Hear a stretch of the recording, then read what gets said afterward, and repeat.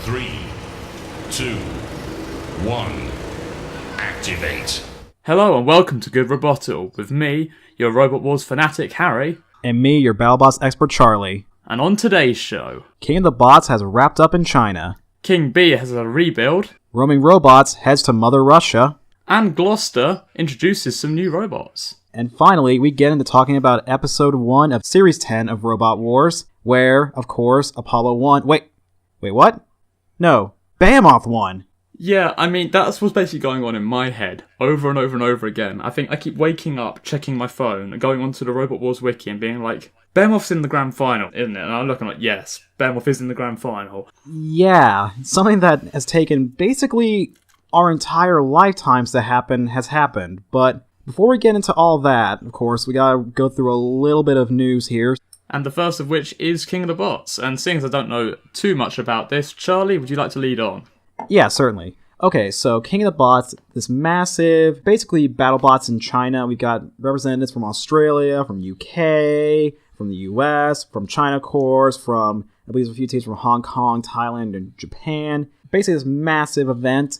It's wrapped up this week, so it's going to be in production right now. We may hopefully see some international episodes uploaded to YouTube. But yeah, it's wrapped up right now. Not a whole lot's known about it, but that's honestly for me all the better, so that way it's not that many spoilers. So if we're ever to get to see it, it'll be a complete surprise to all of us. Yeah, absolutely. I mean, I think we're all really looking forward to hopefully seeing it. Like, it'd be fantastic if they do get it on YouTube. There are so many places where they could put this on, and I think it could generate a huge international crowd. We've been talking a lot about how robot fighting combat has become such a huge thing in recent years that, you know, it started off with BattleBots, got Robot Wars, and now we've got these other events that have gone on across the world. It would be great to see King of the Bots become one of the big names and start making international episodes so that they can generate an audience and we could hopefully get a second season. Yeah, exactly. And maybe a third season. Cough, cough, BattleBots, cough, cough, ABC. Yeah, we can hope. One thing we can also hope for is that we get to see the new King Bee in action at some point, hopefully, next year. Yeah, so Simon Harrison has finally gotten all the parts ready for King Bee. Uploaded a photo on Facebook. It basically looks like the world's biggest, most expensive Hexbug Vex Connect battle kit you have, like where you see the Minotaurs or Tombstones. Yeah, this is the one-of-a-kind King Bee version. It's looking fantastic, to be honest. Like, it's amazing just seeing all these sort of build programs that they do now. Like, we saw it with Vulture, we've seen it with Two-Headed Death Flamingo, which we'll be talking about later on in this podcast. It's just great to see these build diaries and see the progress of these robots. You don't just see the final product, you see it become the thing that it is when it's on the show. And I mean, King Bee is still a robot I absolutely love. It had a very mixed performance throughout the original series, and King Bee Remix was certainly lackluster, but great to see. And I'm really hoping that this new King Bee shows that, like with Behemoth that we saw in Series 10, old designs doesn't necessarily mean outdated. Yeah, exactly. Also, what happened this week, just a quick little note, is that there is something called Buxton Comic-Con, where they had, I believe it was the old series Matilda there. And, of course, when you think Robot Wars and Buxton, well, that's what you think too. And I actually got to talk to Simon Harrison about this for a little bit. I don't know if he's serious about it or not. I hope he is, because that'd be fantastic. Is bringing King Buxton there next year, which seems only perfectly appropriate. Oh, absolutely, and I think people would love to see King Bee. I mean, it's not exactly the first robot you think of when you think of the old series, but it's one of those robots which will always be remembered. And I remember seeing the Series 8 lineup and thinking, bloody hell, King Bee is back. Like, that's not a robot which was necessarily done well, but it's a robot I am really glad to see again. Yeah, exactly, and so was I. And, you know, I really hope that this new version will do phenomenal. I really do wish him all the best. He's been doing this for years. He's basically up there with the guys like John Reed or Anthony Pritchard who've been doing this for just so long. It's basically in their DNA now. Honestly, if you think about it, in a lot of ways King Bee is kind of like the whole thing with Behemoth. Like, I mean, they both started in Series 2, both made it to the semi-finals, and haven't really done much since. I mean, yeah, King Bee hasn't been in a heat final since, I think it was Series 3, but still, like, they were always just falling short, and usually it's just because their robot is insane, and I think it was alive some weird way. Yeah, I think it has a mind of its own. But yeah, new King Bee, good thing. Hope to see great things from it. And now we go on to more international. This has been a really international year for robots. Roaming Robots is heading to Russia, including machines such as TR3, Stinger, Thor, Foxic. Yeah, so this all came about, I think we saw on TR2's Facebook page. They shared some pictures announcing that TR2 was going to Russia for roaming robots, and we saw Stinger attached to TR2, and apparently that's TR2's buddy for the plane, which I thought was hilarious. But this is great to see. I mean, I was talking to you earlier about how Russia seems to have this big thing with robot combat, that there are videos that are uploaded onto YouTube which are garnering huge amounts of views. I think there's a video of Ripper fighting against Beast and Can Opener. That video has got like nearly 10 million views. It's just crazy, but again, it shows that robot combat is really popular at the moment, and it should definitely be exploited as much as possible. Cough, cough, ABC, cough, cough, BattleBots. Yeah, and I really do love seeing this sort of international appeal, because Russia's really getting their hands into robots now.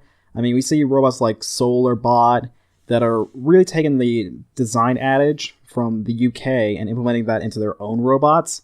So I feel like having more of these sort of UK bots exposure into Russia and showing these international fans how a country that's been doing this for decades now, how they do it, and see if they can probably take some ideas from there and maybe even, who knows, get more international involvement from the Russians, have them come over to the UK to compete. Honestly, I think that's something I actually really miss, is the amount of foreign entries that we had in the Series 7 particularly. But I mean, you look at all the Dutch entries we've had in Robot Wars, in the side events, in the Championship. I really miss seeing this sort of usage of European bots. I mean, I think that the Dutch make some fantastic robots. I mean, you look at Tough as Nails, you look at Gravity. I mean, even with Germany, with Tsunami, and I believe Black Hole was German as well. Am I correct in that? Yes, you are. Black Hole was the German Robot Wars champion for that weird little series they did. Yes, with Tyke. But let's not think about Tyke. Let's think about this idea of international roboteers coming together, because there is rumours that they will be exploring into the international regions with Robot Wars. We haven't seen too much about this. From what we've heard, and I don't know if I can say this, but at the same time I will say it because it's not really a spoiler, it's a lot of robots from Battle of the Stars which are just being rebranded as robots from different countries, if I'm correct.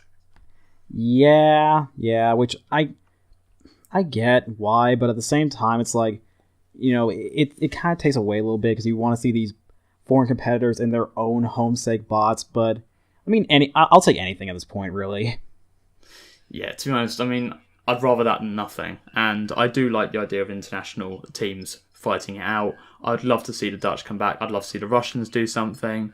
Hopefully this just means that we get, instead of having these stock bots, instead of having these robots which are apparently from South Africa like Crushstation, or Sri Lanka like Supernova, instead we get robots which are actually from these countries, robots which were actually made, come from that actual region. We actually get Russian robots, we actually get Dutch robots, Australian robots even. It would be great to see, and I really do hope that they explore this more, because this seems to be really promising for Russia, and hopefully this kickstarts Russia's look into robot combat fighting. Oh yeah, exactly. And of course, as this past weekend showed, over in the UK, we also have some other new machines starting to come out of the woodwork. Absolutely. In Gloucester, a lot of robots did debut, such as the highly, highly anticipated Deadlock, which we've been hearing about for a very long time. Two-headed Death Flamingo, which is the new robot from the mind of Dave Laurie. And Lunatic, which is, I believe, a featherweight, or is it a lightweight? I believe it's a heavyweight incarnation of a featherweight robot, I believe. Yes. Correct me if I'm wrong, but yeah. Deadlock, of course, the very well-known, if you follow it on Reddit or Facebook, the sort of control bot, and sort of, in a way, like Lockjaw mixed with Complete Control, mixed with this really original concept. You also have Two-Head Death Flamingo from Dave Laurie, Craig Croucher, and Sam Elliott, I believe, is the third person on there. I apologize if I got the name wrong, I really do. And that's sort of another control bot with a massive wings and then sort of back and forth in sync hammers, We have Lunatic, which is a lifter type robot that kind of like Series 6 Tornado with the wedge, except the wedge can actually articulate.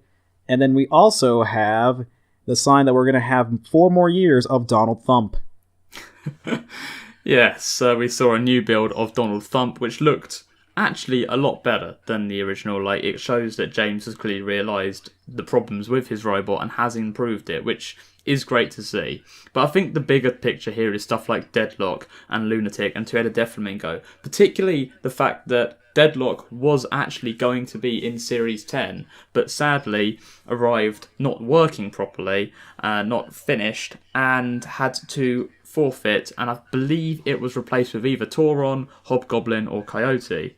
And apparently Robot Wars are looking at getting more control bots into the competition after, sort of Bite Force winning Season 1 of BattleBots. I think that control bots have proven that they can still do a hell of a lot, and Robot Wars doesn't really have very much of that, especially to fight off against spinners such as Aftershock and Carbide.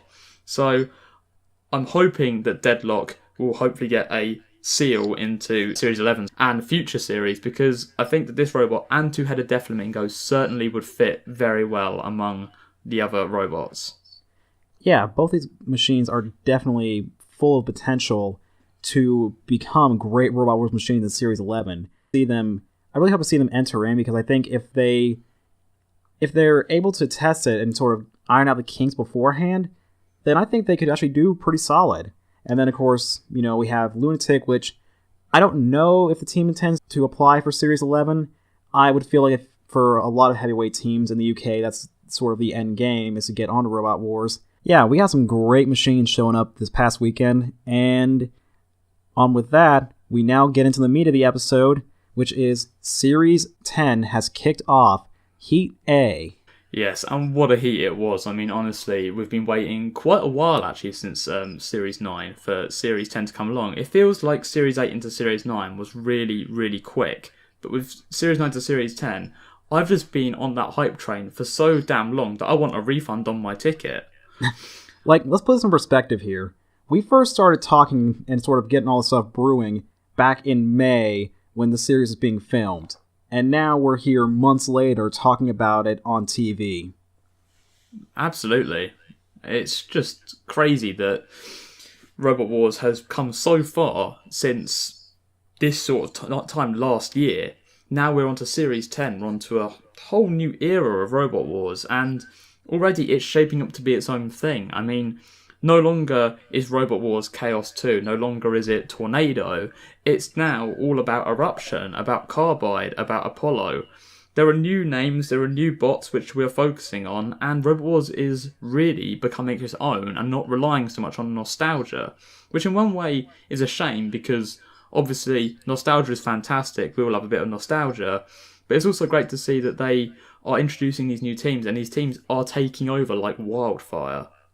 Oh yeah, but this heat, in my opinion, did have a good mix. I mean, you had returning machines like Behemoth and Sabretooth, and then of course you had the flock of new ones, some from experienced teams, such as the Swarm. We also had Apocalypse come in, the new Donald Thump, and then of course the Series 8 champion Apollo. So we had this really good mix of old school classic bots, of very experienced robots from the new series, and newcomers all in this heat. It made for a really well-rounded lineup. No, I really agree with that. I think that this was a really nice load of competitors, really. I mean, you look at Heat B and it's stacked, but it's stacked in an interesting way. Like, Apollo Carbide last series just seemed like an insult to the other robots because they clearly weren't being focused on as much.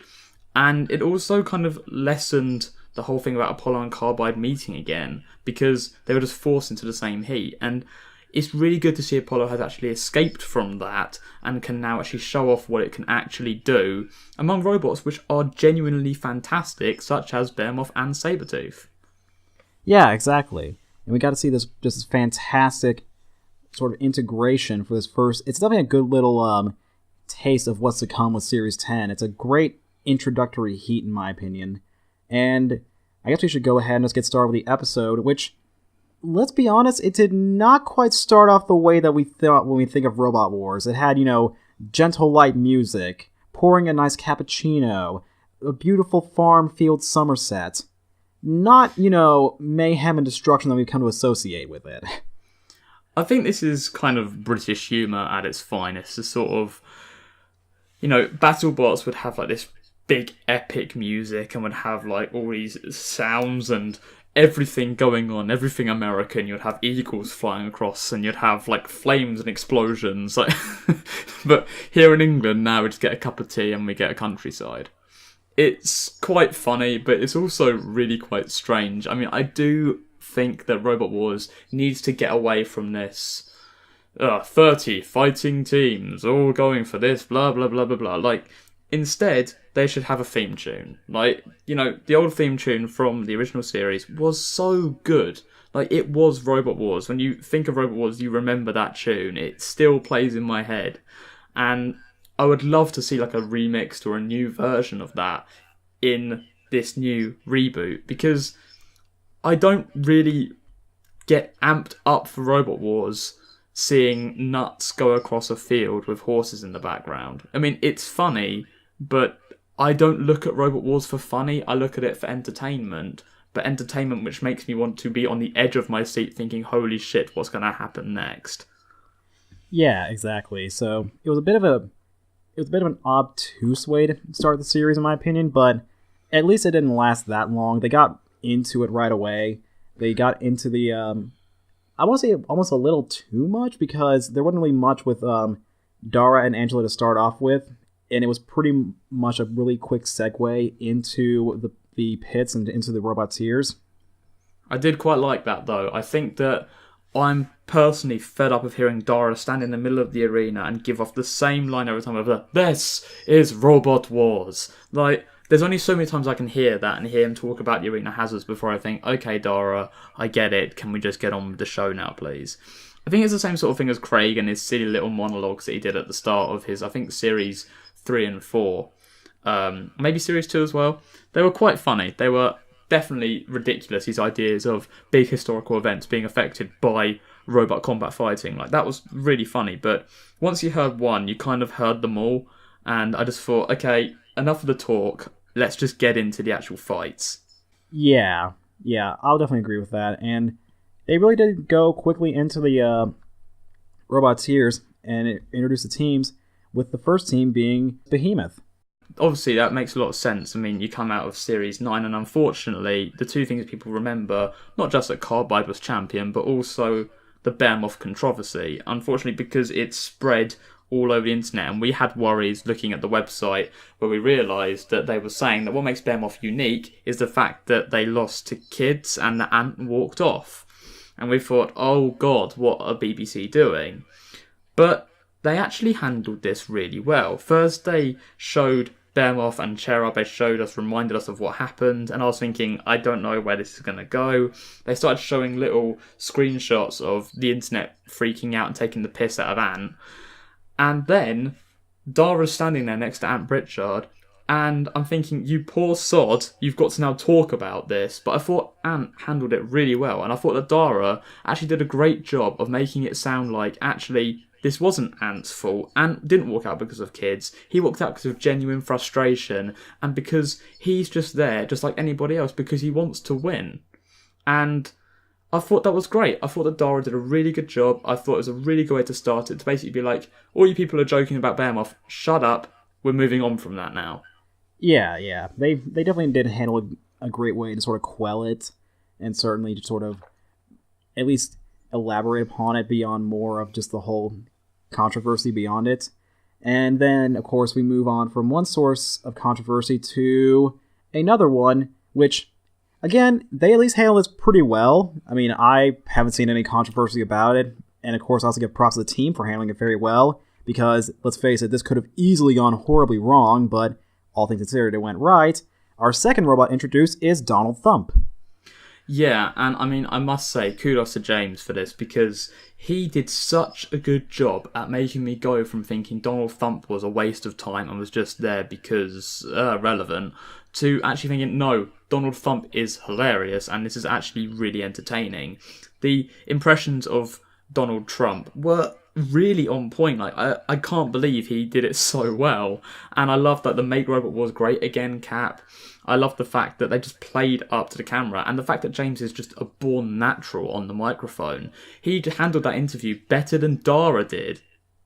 Yeah, James is fantastic. I think he is an absolutely fantastic person. He's really shown that not only on TV, but also on the Reddit community through his AMA. And it really showed him to be an absolutely fantastic character. Like, even if this is like a one-time deal and Donald Thump never comes back, I still want him back on the show, at least just in some regard, because he is a phenomenal character. Like, I think that, in a way, this could be sort of like a new Plunderbird, except with a sort of a different twist on it. Just being so out there. I could see that. I was thinking in some sort of strange world that you could have James as being a pit reporter and he would be perfect for it. Like if you had Angela and Dara just doing the presenting role of Craig, and then you had James in the pits and he was doing all the interviewing. It would be amazing. Obviously, I don't want that because Dara and Angela handle it so damn well. But James is really talented, and I must also hand it to the editing team, and I'm going to keep on saying this throughout the episode because the editing in this episode was on point. There's this moment of where James is playing up the Donald Trump character, and he's saying about how his robot's the best because it's got a blade, and it's got armour, and it's got wheels, and it's got all these things you think, okay, like this is hilarious. But the editing, it kept on having this sort of clash every single time he said something as it showed a bit of Donald Thump. And then the editing just kept on happening over and over and over again, and then James just kind of sits there in silence, and I was like, that is fantastic. BBC are so good at their editing. I mean, Charlie wouldn't have seen this, but The Apprentice, which you know, weirdly, Donald Trump is in The Apprentice. Yeah. But we know it for Alan Sugar instead. And Sir Alan Sugar's The Apprentice is an amazingly edited show about a load of crap.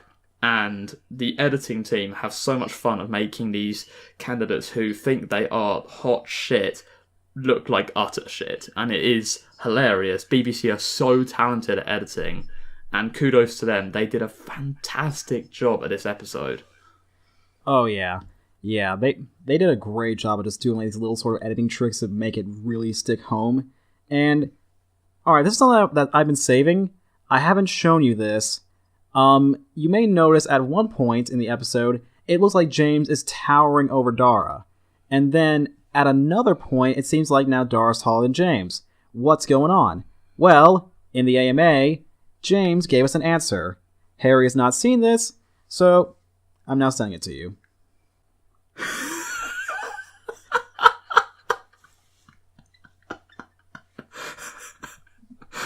What the...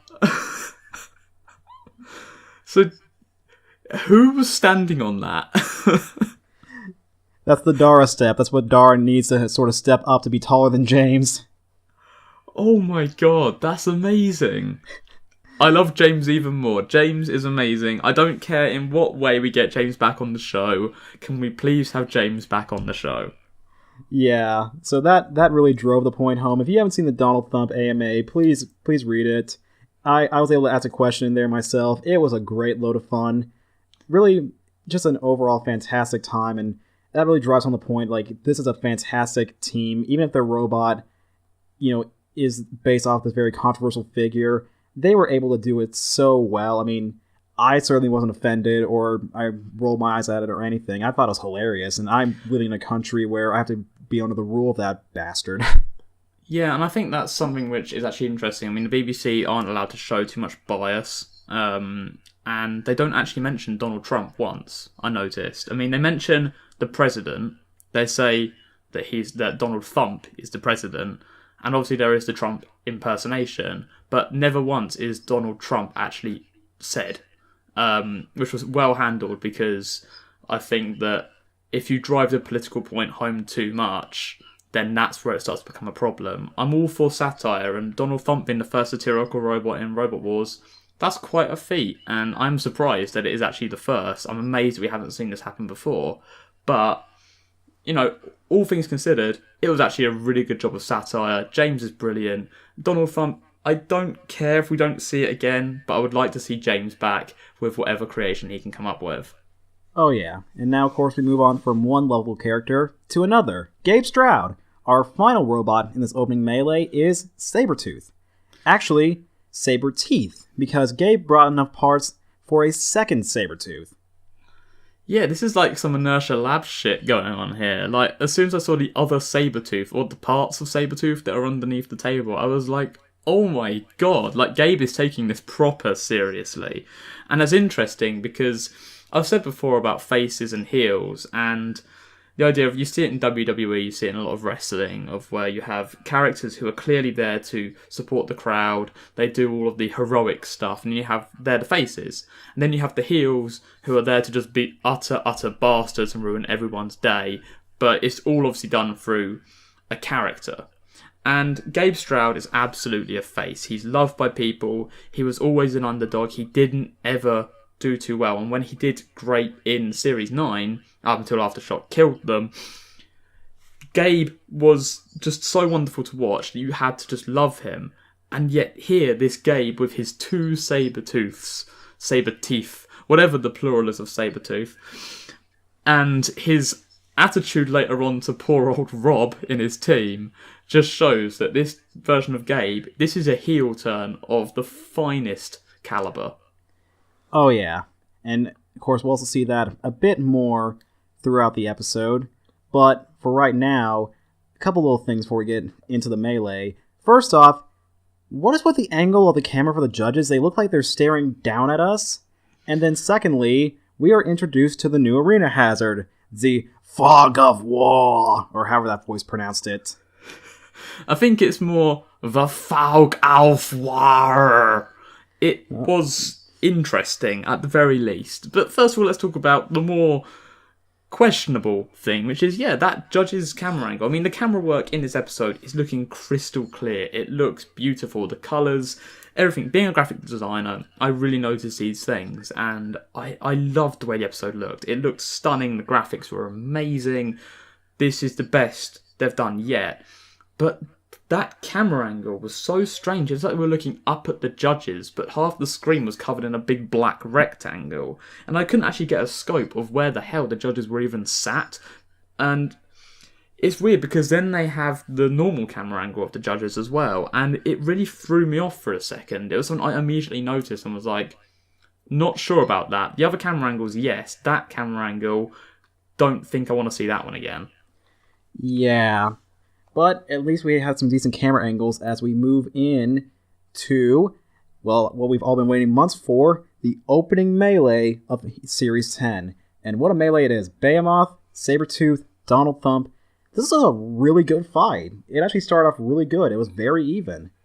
Yeah, and I think this fight is actually, it shows a few things. It shows that Donald Thump is actually quite a threat. It looks quite fierce, and that blade reminded me a lot of Tauron's. I thought it was actually really powerful. I thought it got some good hits on, but unfortunately armour let down Donald Thump. With Sabretooth and Behemoth, you're seeing two robots which have been going on throughout many, many years, and they absolutely did not show that. They showed that they are still in top form, that they're not old pieces of crap. And all three robots had a really good fight. And the most interesting thing was that it stopped with all three robots dead. Like, that was crazy. Like, the fact that Donald Thump got that cut on Sabretooth, which brought up that wheel guard, so that when Behemoth and Sabretooth collided, Sabretooth got really unlucky because Gabe, and Sabretooth got turned over and got beached on this little tiny bit of its wheel guard. And because of that, Behemoth won the fight because of aggression, even though in any other circumstance, Sabretooth would have won that outright. Yeah, it was a very, like I said, it was very close. Donald Thump, of course, died first, leaving his Sabretooth and Behemoth, but in the end, it did go to Behemoth. I am kind of split on this because I think Sabretooth had a bit more aggression, but Behemoth was definitely very well controlled. Also, bonus points for that barrel roll. But I was going to say, yeah, so if style was still in Robot Wars now. So Gabe was a little bit unhappy with the decision, but I agree with it. I definitely think that Behemoth was overall the best performing machine. I think that Gabe, like I said, I think Gabe is actually trying to play up this character. We saw it with Shane Swan, we saw it with Craig Danby in Series 8. And it's the whole thing of trying to make your character just a bit of a bastard, really. And you still root for them because they're still great. You know they're playing a character and it's hilarious. And I think that Gabe is kind of pushing this whole thing of like, he was being this sort of lovely person for so long and he was getting nowhere, and then he has that moment of where he wins and he makes it to that heat final and he's come back now and he's power hungry and he wants to win and he's there to win and that's it. And oh wow, I love that. Like, I don't know if it's intentional, but Gabe did a fantastic job at playing a character. Yeah, and then of course we get interviews with each of the team, including James/Donald. He makes quite the funny comment, sort of throwing shade at Dara. I can't remember what is said, but basically it's talking about Donald Thump's hair, which was like a sort of straw, which I thought could be interesting as an entanglement device. But the problem was, as James pointed out, was that it was attached to Donald Thump. It could have literally been suicide because that blade could have been spinning, get caught up in the straw, and then it would have been its own entanglement device that beat it. So he says about how he has to remove the hair, and then he says to Dara, although that's not a problem that you would have.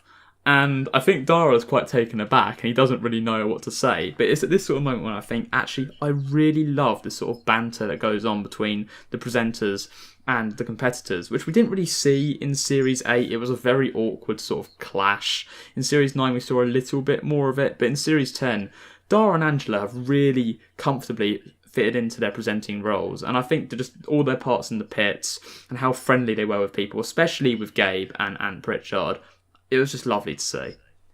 Oh yeah, it's definitely got a great lot of banter, and in my opinion, some of the best banter for the entire episode comes from, well, as we're moving on to our second melee, our next team, the brotherly duo of Alan and Dave Young of Team Apollo. And I really love the background they gave here, showing with them with Blazer back way when, which basically looked like a middleweight robot, the Bruce.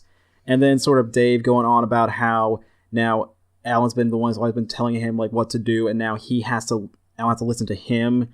It's some of this fantastic banter between the two brothers, which makes it just honestly some of my favorite moments in the entire episode.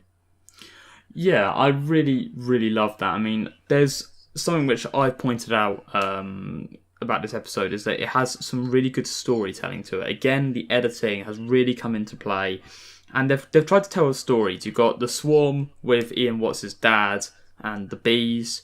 You've got Apollo with the brothers. You've got Behemoth with the underdog, always not quite making it. There's some lovely little stories in here, and of course you've got Sabretooth, and Gabe is set on winning, and he'll stop at nothing, which we see later on, which is incredible. But this thing of Apollo, it's just great to see. It's that I personally wasn't too keen on the Apollo team.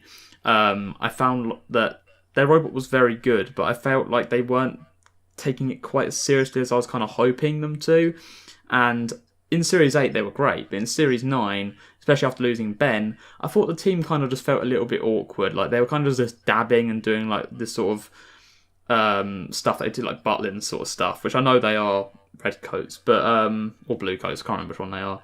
But yeah, I mean, this version of Apollo, Dave was clearly not there to have fun. He was there to do well, and that's why Alan was brought in. And we get the good old brotherly banter, but we also get Apollo actually looking like a threat, wanting to take its crown back, which I really like. I'm definitely loving this sort of dynamic that we had going on in this episode. Oh yeah, it's created this great sense of banter between the Apollo team. I really love like just seeing them like throughout the pitch, just going about whenever they had to keep working on Apollo or anything like that. And it was just an absolutely phenomenal like just perspective on the team. And now we move on from a experienced team to a new team. That, of course, is the Splinter-esque Apocalypse, which I really do love the look of this thing. It's definitely got a great vibe to it. It's certainly, although it's one that, honestly, I feel like didn't get a lot of coverage in this episode compared to the other robots. Yeah, I feel like Apocalypse was kind of the weak point, unfortunately, of the competitors. I mean, I came into this expecting it to be Donald Thump, but I was so amazed by James and the character he was playing that I actually ended up really enjoying him, and was actually kind of sad to see Donald Thump go. But Apocalypse, the team were lovely, and they definitely had a really good spirit about them. I loved the idea of that Ed Wallace was working with his boss and his boss's son. Like, that is just all amounts of crazy. And it's great to see Ed Wallace also on here. And also the recognition of him being an experienced Roboteer. They actually say that. So there's a slight reference to Turbulence and Ed Wallace's part in the live circuit. But this is just really good to see. It's lovely to see Roboteers actually getting the praise that they do deserve. But Apocalypse, I mean, we saw in the arena, it's not so great as we hoped. But yeah, they didn't really cover this one quite as much, and that is a shame because I would have liked to have learned a little bit more about this, and especially about Ed Wallace. Yeah, not really much as far as Apocalypse goes, which is a real shame. However, at least we got a little bit of solace with our final robot, or robots, as I should say, the Swarm, which, honestly, for me, were the biggest surprise of the night. They actually fared pretty well. Yeah, and I think they were really fun to watch. I mean, Creepy Crawlies was a travesty, to be honest. I mean, watching them just get torn apart by Son of Waiachi was just... It looked like torture porn. Like, it was that level of just... I was like, oh my good god, this is just brutal. But with the Swarm, they actually held up fantastically, and I think it's showing that Ian Watts isn't giving up the cluster bot idea, and whilst these are different bots every time, he is improving them and he's making them stand out. I mean, yes, we see the Swarm get absolutely pulverised in some ways, but my god, like, they look great. The team is fantastic. I love that one controls a bot each and that they all work together. It's just really good, and I love the idea of Ian Watts doing it because of his dad and the bees that he collected. And more than anything, it's just great to see Ian Watts back, with Orte crashing out very early on in Series 8 and him not even getting into Series 9. It's just great to see Ian Watts, one of the legends, back. Oh yeah, and also shout out to his son Sam. He did a phenomenal job controlling the team. Like, very impressive for someone as young as him. He had a really good sense of direction, especially for something such as this robot. I mean, for a lot of teams, they have trouble getting just one weapon synergized with the drive, and he was able to sort of call out control for these 4 robots with each their own separate weapons. Oh, absolutely. I mean, Ian was not wrong when he said that Sam is almost, if not more skilled than him at roboteering, because, I mean, we sort of see Little Joe and Ellie, but they did a fantastic job in the Minor Meltdown, but we haven't really seen them since. Whereas Sam seems to be the new Watts kid that we're focusing on, and he just shows as much prowess as Joe and as Ellie. His love for Robot Wars is clear, and he just did such a good job at managing the Swarm and making sure they all stuck together. I just thought it was amazing, and I loved it when he went, right bots, scatter. I thought that was so badass coming from like this 13-year-old kid, and I was like, oh man, the Swarm are awesome. Actually, I would just want to say quickly that the opening melee, I don't know what on earth Jonathan Pierce was on about. He seems to want to try and fit in some weird pop culture references that were incredibly out of date. We got a weird one later on about Miley Cyrus. But he said that, I think it was, I can't remember which robot, it was on the House Robots, and said it has more crushes than Justin Bieber. And that makes no sense to me. I don't understand what he means by that. And if I can try and find in my long list of notes, when I talk to Matilda, she says, although it's not Miley Cyrus. Why are we getting these random pop references to stuff which, I mean, I don't think Justin Bieber or Miley Cyrus are that relevant anymore. They were relevant maybe 2 or 3 years ago, but they're not really relevant now, and I just found that very jarring. I think I know why Jonathan Pierce said something about Miley Cyrus, and it makes his Matilda love all the more creepy, and yet makes the more sense. Please don't tell me it's Wrecking Ball. No, it's because he's saying Matilda has a big ass. Right. Yeah, so with that mental... Oh my god. JP's Matilda love knows no bounds. Oh man, OTP right there. Oh god. Oh, but let's get back into the fight before we start thinking about any more of that. And can we just say about, again, the Apollo brotherly banter of where Apollo, they always do their weird little thing to the crowd. Yeah, I don't remember what Dave is doing. That's some sort of like dab. And Alan kind of just does something with his arms, and then Dave just goes, what was that? And I laughed so hard at that moment. It was phenomenal. I really enjoyed that moment. Like, when I rewatch this episode, I'm really gonna focus on those moments. But for all the laughs they had here, Apollo owned this melee. They were able to take out Apocalypse with a few good flips and ending up with it on fire. And then poor Rubber Duck gets on Apollo's wedge, gets flipped up. And you remember back in Series 8 what Behemoth did to one of the cluster bots from Nuts? It had nothing on this flip. Literally flew over, just across the control booth, out of the arena, going over the giant walls, the giant plexiglass walls. It was one hell of a flip, and you could tell that Apollo were trying to do that throughout the entire fight. There's no denying that melee was definitely designed to show what Apollo can do, this new version of Apollo. I don't like the fact that they had to show this, though, because they kept on making a point that Apollo lost its crown and that it wasn't so good in Series 9. It didn't do very well. And I was like, yeah, but that's what happens when you put it in the same heat as Carbide. Only one of those is going to win. Regardless of whether one gets the wild card or not, it's only one robot is going to make it out of that heat as the winner. So it was immediately a problem for Apollo. So I don't like the fact that there was this whole point made out of how Apollo lost its crown and that it's back now. And yes, it is better, but I don't like the fact that they were saying oh, it didn't do very well last series. Because you're thinking, yeah, but you could put it against the runner-up. This is why seeding existed. Yeah. Also, one little note. It's actually a really odd parallel I noticed. So, of course, you know how one of the robots in the Swarm, Pinsa, is a repurposed Creepy Crawly. What's funny about that is that this team, the Clusterbots, spearheaded by Ian Watts, for 2 different shows, had to face an overpowered former champion and a very interesting robot that unfortunately didn't quite work as well as they intended, and they get and then of course the Clusterbots get dominated. Of course, we're talking about BattleBots with Ultraviolet, Son of Waiachi, and then here with Apollo and Apocalypse. The universe is a cruel mistress. It is really quite strange, and it's a great parallel to make a point out of, and I didn't actually notice it until you brought it up. But that is a really good point, is that by sheer chance, maybe this wasn't by sheer chance, maybe this was planned the whole time, but it's very interesting that it's a very similar case in both of them.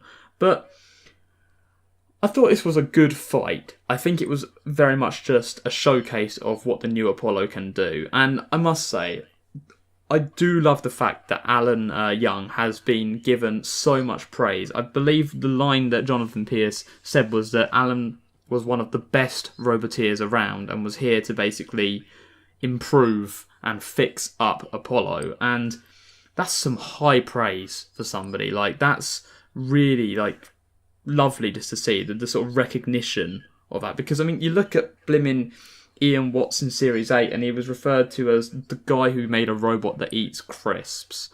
So to go from that to now where we're saying that Alan Young, who is a big part of Roboteering, especially with Team Mad, with Chronic, with Apollo, and with King of the Bots now as well, it's great to see that recognition. Yeah, and didn't have unsolicited news in order to get that recognition, unlike his brother. Absolutely. I don't know what on earth Dave was on about with that bit. It was interesting, to say the least. I don't know if he was hinting that. What was your view on it?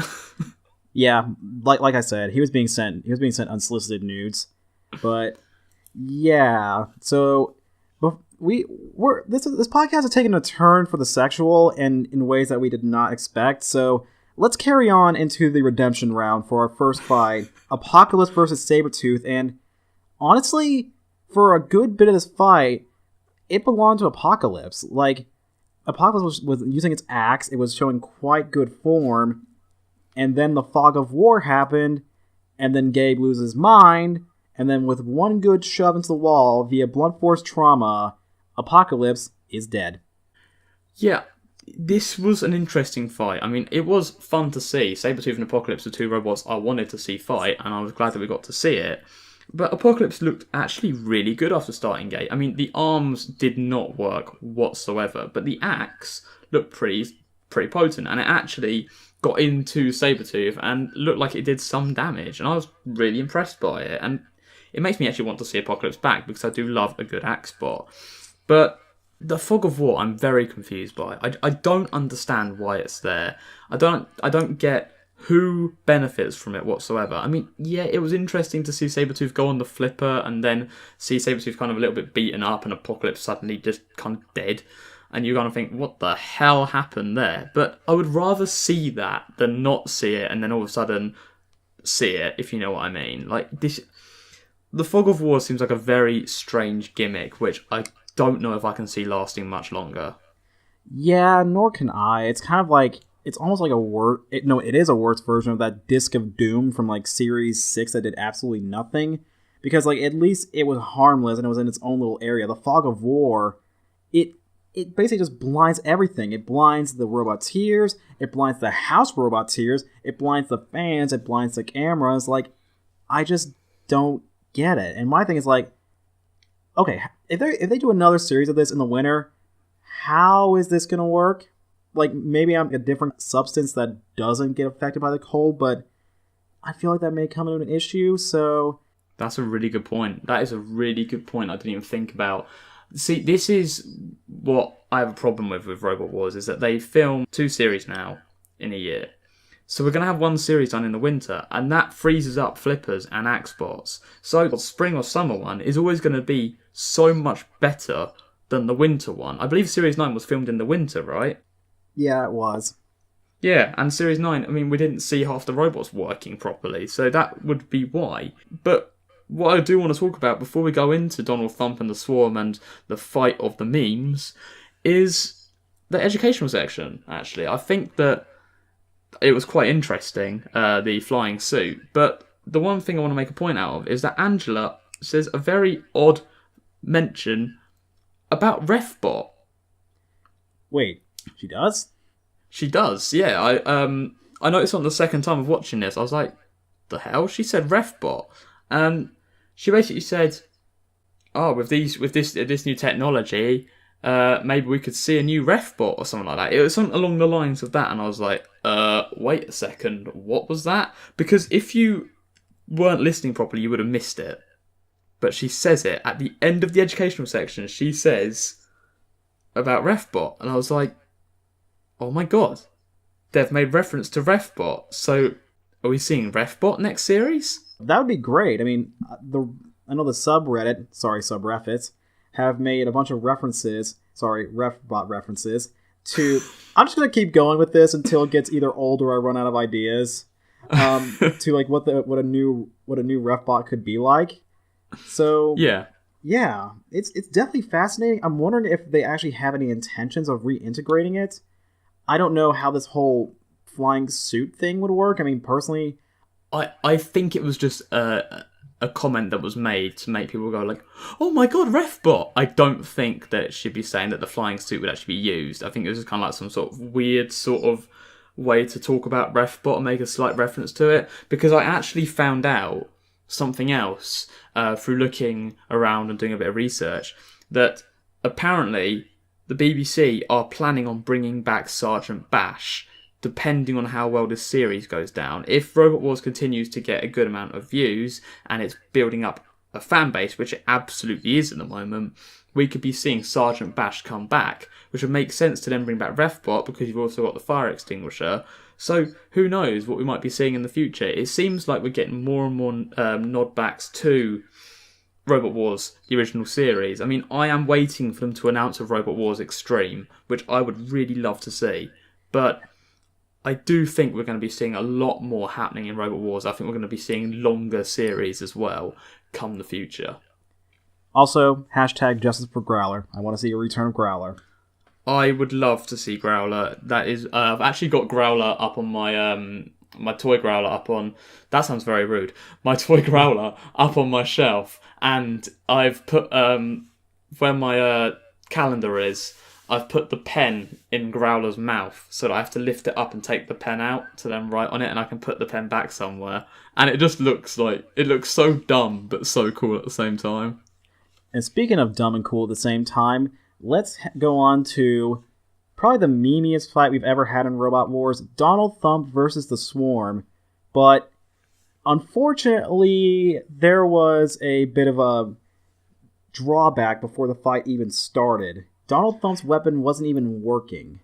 Yeah, and if you're not unlucky like I was, and you actually follow BBC Two's Facebook or Twitter feed, you would have known about this, because for some ungodly reason, some chucklefuck decided to put up this part of the fall of Donald Thump in a video on their social media. So that's a video that they... Oh, so this is the video that you were talking about, like, that made you so mad earlier. This is the video. This is it. I saw Donald Thump. Yeah, Donald Thump just not working, and then them saying you have to run it about the weapon. And then I saw the entire fight, but they stopped it just before the end. But I was like, Donald Thump's dead. The Swarm win, I guess. And yeah, okay, I did work out the whole episode. Like, I noticed when I was watching the second trailer of Robot Wars, I kind of figured it out. The only thing I got wrong was I got Donald Thump and Behemoth ran the wrong way. Thank God. But I had everything else correct. So I had Apocalypse going out in the redemption round. I had the Swarm being 4th place. And Sabretooth joining them in the playoff and going into the Tembot. I had all of that worked out. Apollo in the heat final. And I was like, as soon as I saw that, I was like, okay, right, so that's interesting. If Donald Thump's not working, Behemoth's in the heat final. I just worked it out just like that, because I knew that if Donald Thump wasn't there, it's going to be Behemoth. Yeah. Unfortunately, Donald Thump, just luck was not on their side with this one. But one thing I wanted to comment on, I gotta give mad props to Blenda. That is a tough little bugger. Like, that thing packs a serious punch. And then you think about it, Ian Watts, along with John Frizzelli, have entered another cluster bot in King of the Bots, which basically has 3 Blendas.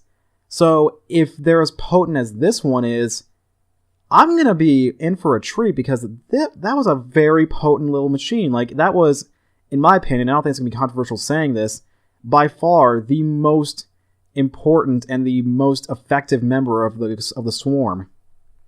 Yeah, I think a lot of the Swarm, I think Rubber Duck, I liked having it there. I think that was an interesting one, but I thought that like Pinzer was only really there because it's kind of cool to have a creepy crawly there.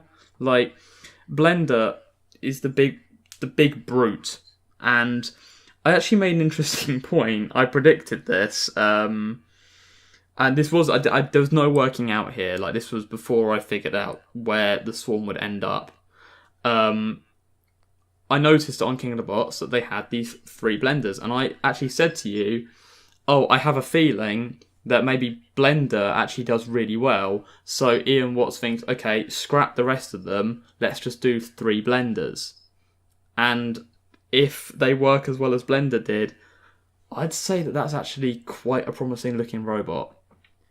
Oh yeah, it was very promising that they were able to KO the Donald, even though he believes that the decision was indeed fake news. Yes, the judges are crooked. I did love that, though. I thought that James, again, did a great job.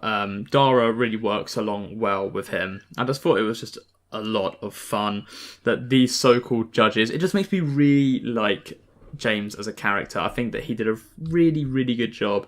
And I was actually really sad to see him go out here, because even though I didn't want to see Donald Thump anymore, I wanted to see James more. Yeah, it was... That was the saddest part, was seeing James go. It was something that I really enjoyed having, and to see him go out, unfortunately, was quite a sad thing. So I'm hoping to see him back in Series 11, just because of the fact that he's just that much of a great character. But for now, we got the time he had on here, we got the great AMA, and we had some great moments from him, especially on the Facebook. I mean, he's posted some great behind-the-scenes photos on his Facebook page. Yeah, he's just great. I mean, I'm talking about great. Again, let's talk about Sam Watts quickly, because the guy, again, shows here that he is the key member of the Swarm team. And I am really impressed by this guy. The fact that he makes the point of that they only need 2 moving to win. And, he's just so aware of what was going on in the arena. we see him later on, he actually lifts one of the robots onto the flipper to self-right it, which is just so clever. Like, this guy knows what he's doing, and I'd say that the Watts family are in safe hands if Ian has to retire from Robot Wars and Sam takes over. Oh yeah, I think I think they got a great future in there. And now, with the Swarm moving on, we go into our semifinals. Our first one, Apollo versus Sabretooth, which, well, I think this kind of really emphasized the point that I've been having, is that Sabretooth's drum it was very intermittent. It rarely did much this entire heat. It did cause some damage to Apollo here, but for the most part, Apollo just straight up dominated this fight, ending with an out of the arena on Sabretooth. Yeah, and I mean, I absolutely love Gabe, and I think that his determination to keep Sabretooth going and actually believing in this robot is fantastic. But we were saying before we actually started this podcast that one of the big problems with Sabretooth is every single time Gabe redesigns the robot. I mean, I know that the Series 8 and Series 9 have Series 9 and Series 10 have similarities.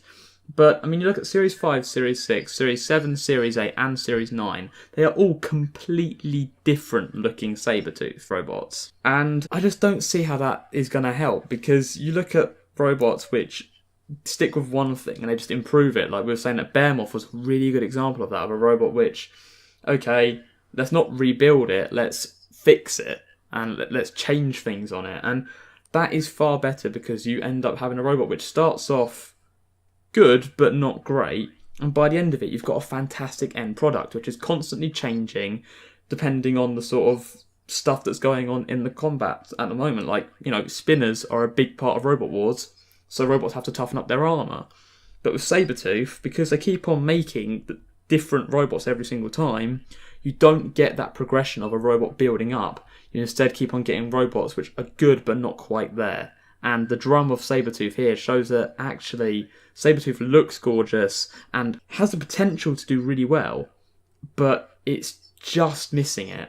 Yeah, although I really think that Gabe at least is going to stick to this idea that he has for Sabretooth now. At least I hope so, because, like, while it hasn't, gotten him the wins I think he wants, I definitely do see the potential here. I definitely do think that this is a concept that if he just refines a little bit each series, it could work out very well. It definitely has the potential there, but at least as of this series, he's getting closer.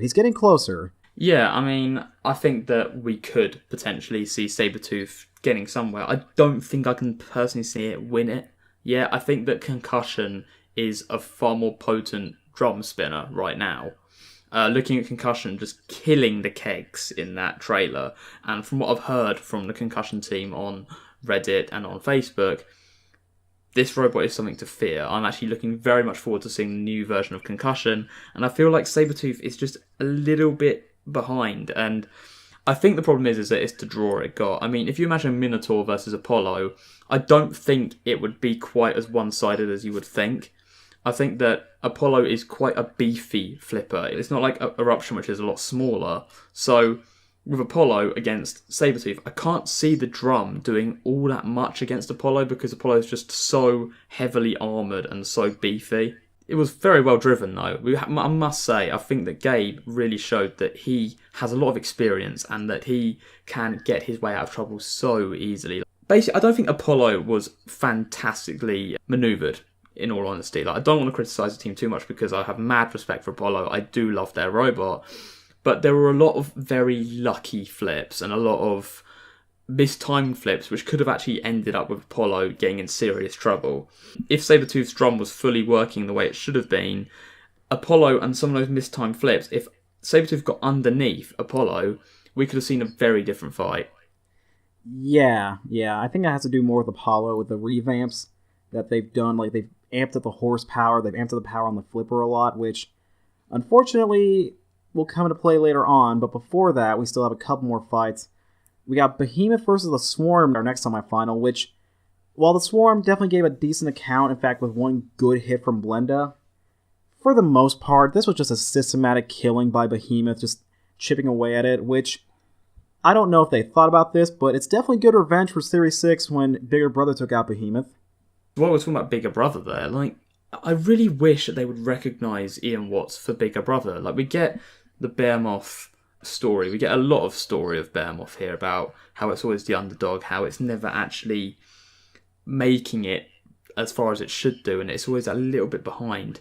But, I mean, there's always reference to Series 2 and the fact that it's been going on for 19 years. Well, you look at Ian Watts, I know that he hasn't been manning Bigger Brother in this reboot, but he is still a Roboteer who's been around for a goddamn long time. We're talking about Series 3 with Big Brother, and the guy is also a runner-up in Series 5. So I do wish that there would be a little bit more of a reference to that. Like, even if it's just like a little quick comment, especially from someone like Jonathan Pierce, who actually has familiarity with Ian Watts and Bigger Brother, and especially how Jonathan Pierce loved Ellie and Joe. You would have think that there would have been something at very least. Yeah. I think it's like kind of sort of odd, obtuse mentioning of robots. I mean, like, okay, I know it's not the same as Bigger Brother, but still, like, Ian, they were close to being grand finalists. They were like grand champions. They were runners-up in Series 5 with Bigger Brother. I feel like that has to imply a lot, at least.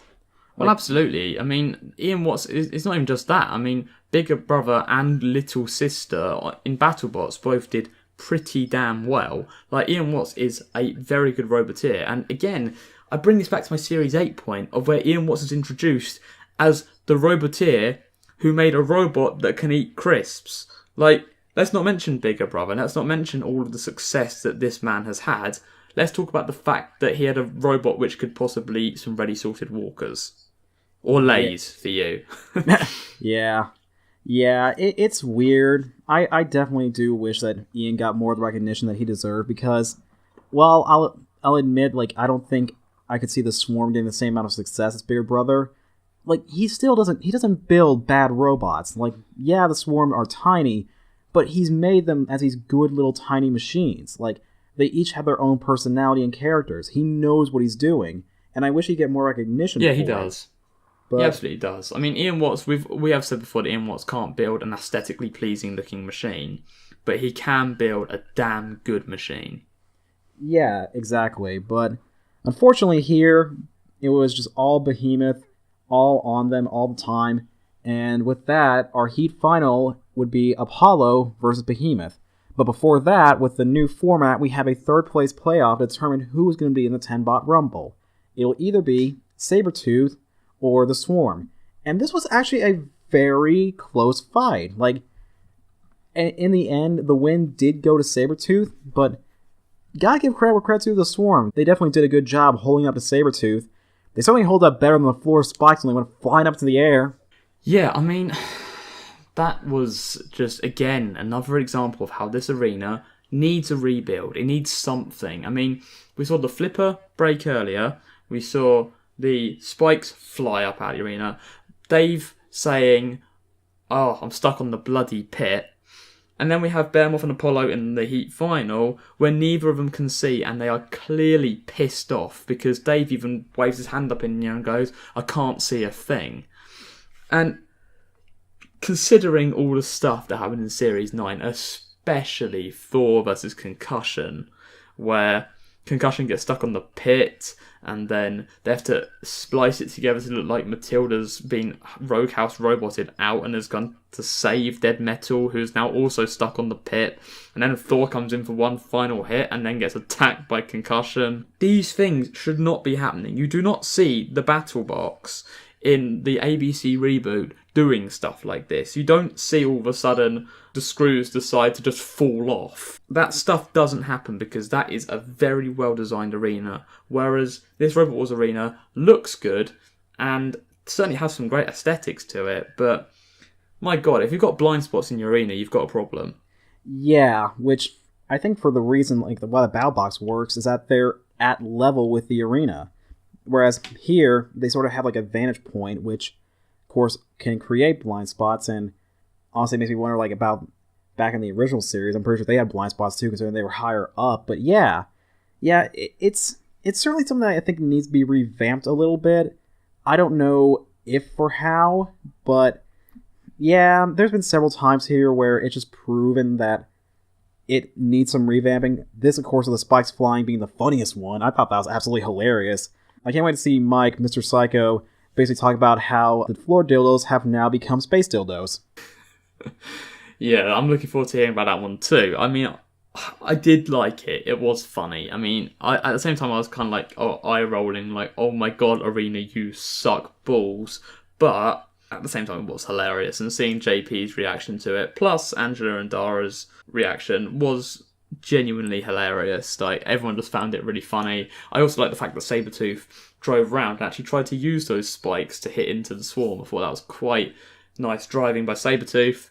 This was overall a good fight. I mean, I think that Behemoth versus the Swarm was honestly the more entertaining fight because, I mean, Behemoth gets out of the arena on Sky, and you just see Behemoth looking like an absolute monster as it just demolishes these small little bots. But Sabretooth, definitely, the spinning drum was up to some serious play here. And like in the opening moments of the fight, all of a sudden you see just 2 of these cluster bots just fly off and ping across the arena. And I was like, oh my god, Sabretooth has finally got the drum working. Yeah. Sabretooth definitely was able to use its drum well here, which is what got him the decision. Also, the Swarm was, for the most part, immobilized. But yeah, so with that, our first robot in the 10-bot rumble is Sabretooth. And now we move on to our Heat Final, which, now for most of the other fights we haven't really done a play-by-play, but here, for this fight, I'm just going to do a little play-by-play here.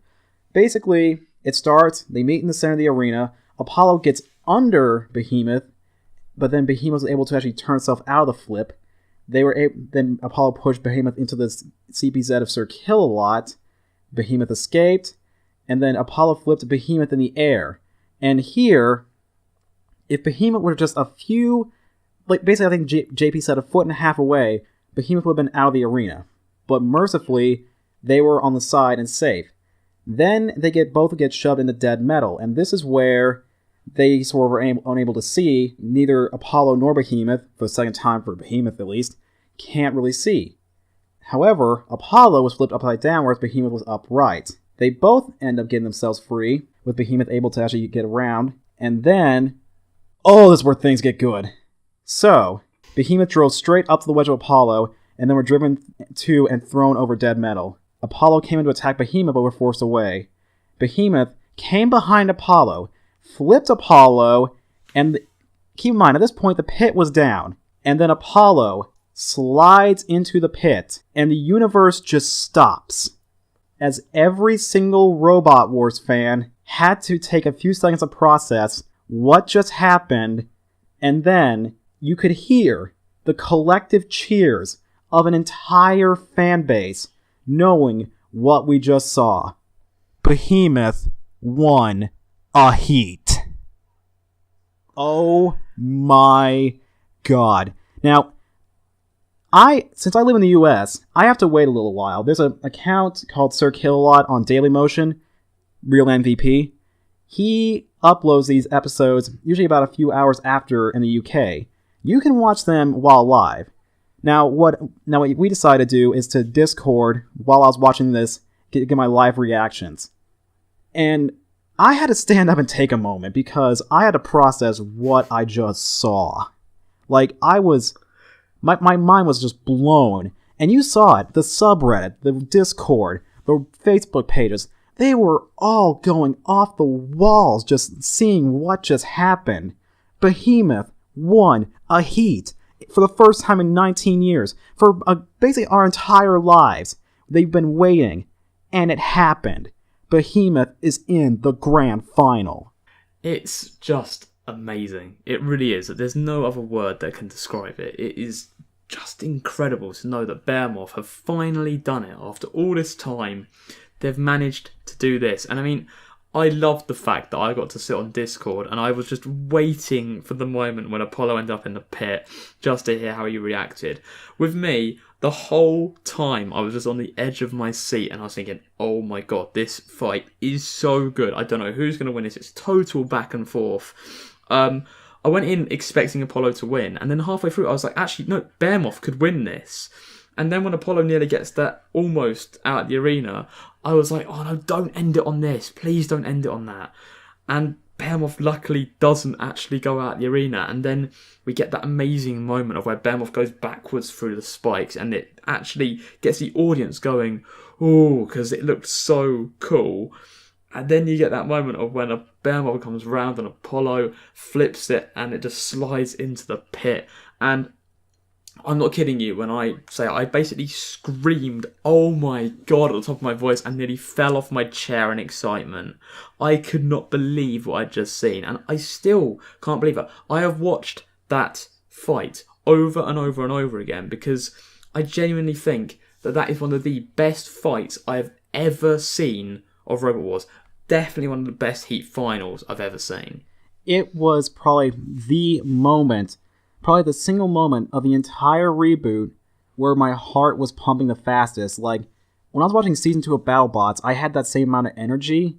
And I'll admit, for a good bit of the reboot, I haven't had that. But this fight had me on the edge of my seat. My heart was pounding.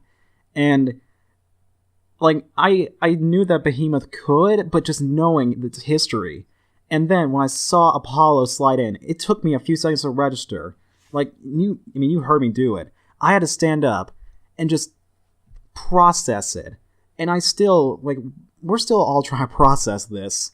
And you could, the immediate reaction, it's Anthony turning around, pumping his fist in the air, the whole team just so excited knowing what just happened. Unfortunately, Dave looked a little forlorn and disappointed, but, of course, he was able to explain on Facebook that he was just a little bit...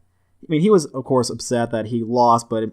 he gives the full, total respect and congratulations to Behemoth.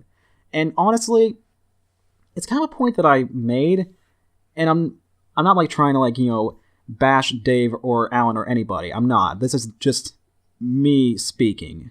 Is that I would feel better losing to Behemoth than to something like Carbide or Aftershock or something like that. Because just what this represents. If I lost to Behemoth or Terahertz in the Heat final. Because these are teams that have been trying for so long, and I've been dealing with so much bad luck to try and get to the Heat final, to try and get to the Grand Final, and then they finally do it. And especially this, this is going to go down as one of the biggest moments of Robot Wars history. I'm calling it right here.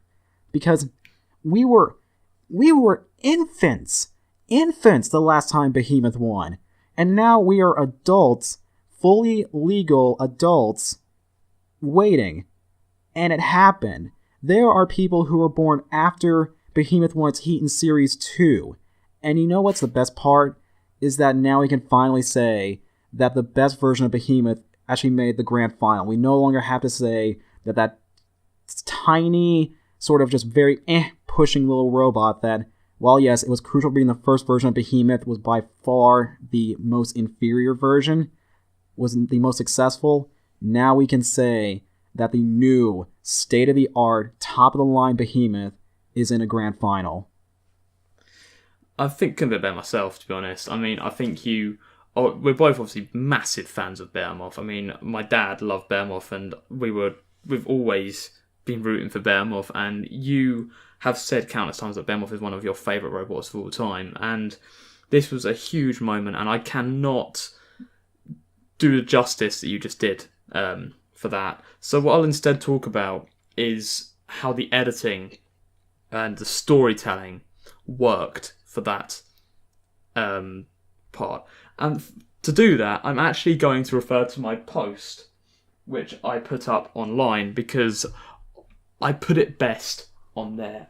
Okay, so I've got my post that I put up here about Behemoth and about the sort of storytelling of it, because I could do this off the fly, but I think I worded it the best here, and I thought about what I was saying here, and I just wanted to make a point of just how good this episode was. Behemoth was built as this underdog who always almost makes it, but never wins outright. Apollo was made to look like the monster flipper looking to reclaim its title. The whole episode made constant reference to Ant's determination to finally win. The mentions to 19 years of crucial losses, the controversy of Series 9, Jonathan Pierce mentioning how he has been commentating Behemoth battles for nearly 20 years. The payoff with Behemoth's exceptional driving, getting Apollo into the pit was incredible and felt like WWE storytelling level. Even if you weren't keen on the fight, you have to appreciate the amount of storytelling and editing that went into making this heat's ending so huge. It's all summed up beautifully by 3 massive moments: Ant's heartwarming punch to the air and huge smile as he finally won a heat, Jonathan Pierce screaming, "Behemoth have done it!" and Noel Sharkey's "That's the best I've ever seen Behemoth perform."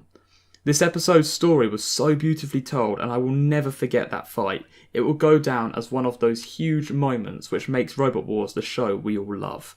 And I just want to reiterate some of the points there. Just Noel Sharkey's those words of just saying that Behemoth, this is the best that Behemoth has ever performed. That is high praise indeed from a judge who has been with Robot Wars since Series 1. This guy is one of only 2 people in Robot Wars now to have been in every single series of Robot Wars. Obviously, the other one being JP.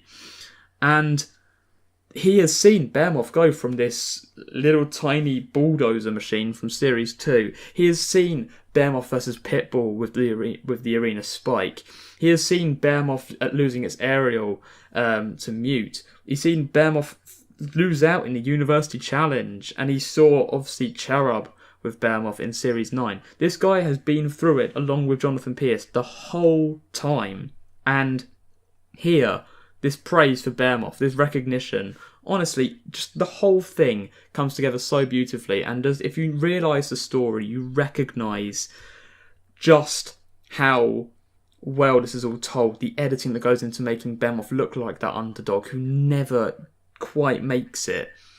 It makes that ending of seeing Apollo go down that pit and seeing Ant's reaction so much bigger. And honestly, I was on such a high after the episode. I mean, this is why I love Robot Wars. It's for the moments like this. It's for the Bigger Brother versus Hypnodisc.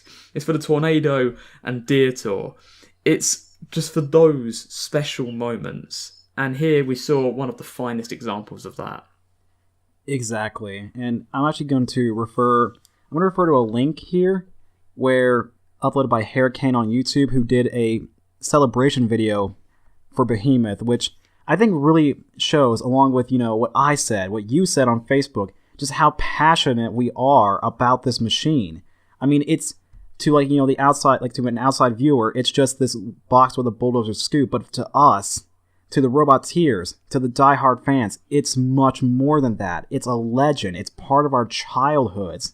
It's something that so many teams have looked up to. It's a robot that has really inspired so many to enter. It's one that has been going on, even helped keep Robot Combat in the UK alive after Robot Wars was off the air.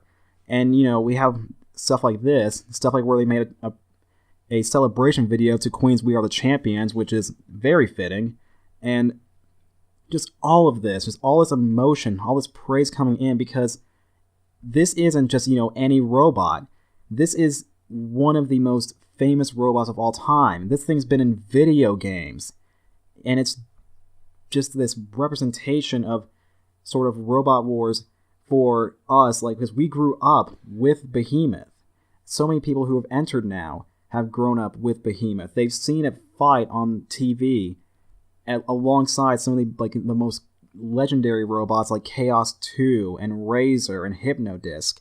I mean, and then to see it just come back and continue is this great feeling.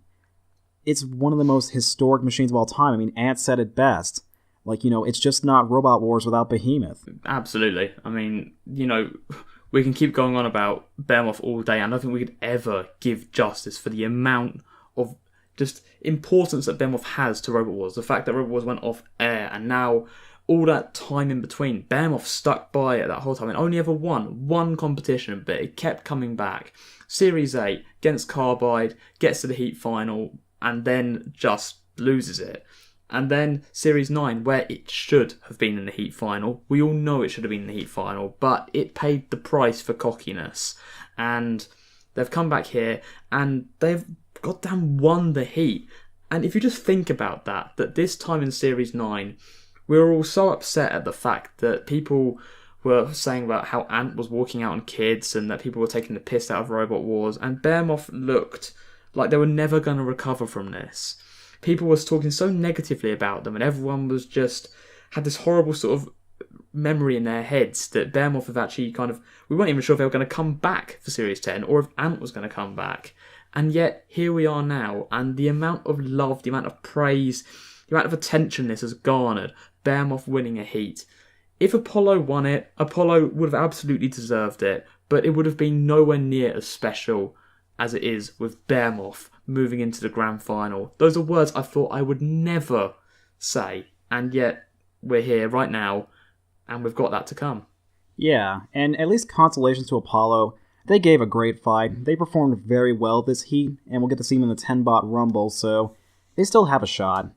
Absolutely. Absolutely. I just want to say that, like, Behemoth vs. Apollo, one of the best heat finals ever. In fact, this heat, just overall, just so good. Just a brilliant way to kick off the series. A really good choice by the BBC to air this episode first, because I think you've got so much going on here. This is a talking point. People are going to be watching this for Behemoth versus Apollo. They're going to be watching this for Behemoth's success, and for all the other wonderful little things like Donald Thump, like Sabretooth, and the Swarm. Series 10 is going to be amazing. It's going to be a fantastic series, I hope. I really do hope that we have the same sort of calibre next week, and the week after that, and the week after that. And then Robot Wars expands after that. We get Extreme. We get a longer Series 11. We get more robots. We get foreign robots. We just get even more going into Robot Wars, and we make it great again. as James would like it to be. But yeah, I would definitely say that as far as an opening heat goes, I think this is probably my favorite of all time, I would dare say. Oh, no. Series 2 opening, brilliant. Napalm in the semi-final. Absolutely. Oh, how could I forget that? Obviously. Honestly, though, I do think that Series 8 with Carbide, Behemoth, Razor, Nuts, Terahertz, my god, there was so much going on in that. But you have to make your Heat A exciting. You have to make it something which makes people pumped for the rest of it. But this did even more than that, because it's created history. And I will never forget this. And we have gone on about this for so long now, but we have to, because this is such a huge moment. Yeah, like, you gotta keep, like you said, for a lot of us, we were very young. Some of us were infants, like we were, or maybe not even born when the last time Behemoth won a heat. So, just, you gotta, realize, this is something, this is something beyond just any robot winning a heat. I mean, anytime we see a great robot win a heat on its own merit, that's fantastic, but this just has that little bit more to represent it. And it just makes it all the more fantastic. Absolutely. I mean, just before we do finish off, I want to say, if you haven't seen this episode yet, absolutely go and watch it. It is so damn good. And just focus on the story, focus on the editing, focus on the graphics. Just look at it all. Look at the bigger picture. The fights are amazing, but just look at just what Series 10 is becoming, because this is the Robot Wars which I think we've all been wanting for a while. And I just want to say a massive kudos to all the people working behind Robot Wars. You get your stick sometimes, you absolutely do, Mentorn, but when you pull out the park, you absolutely do. And this was fantastic. This was such a good episode. Honestly, I would give it a 10 out of 10, 5 out of 5, whatever the score system is. This was great. Oh yeah, I would too, no doubt. And, great kudos to the editing team, to all the Roboteers. Also, I'll go ahead and just shout out any other podcasts or reviewers. Go ahead and give them a watch. They're all fantastic. And of course, give them their full support, subscriptions, whatever have you. Yeah, absolutely. I will just say before we leave, we will be back again next week. We'll be reviewing every single heat of this week, and then we'll obviously be reviewing the grand final as well. As well as that, we'll also be having some discussion pieces that will be going up after this, all the way leading you up until Series 11. We'll be doing this every single week, so do come back if you do enjoy. Give us a like, give us a subscribe. It means a lot. And more than anything, we really hope you've enjoyed this podcast. Oh yeah, definitely.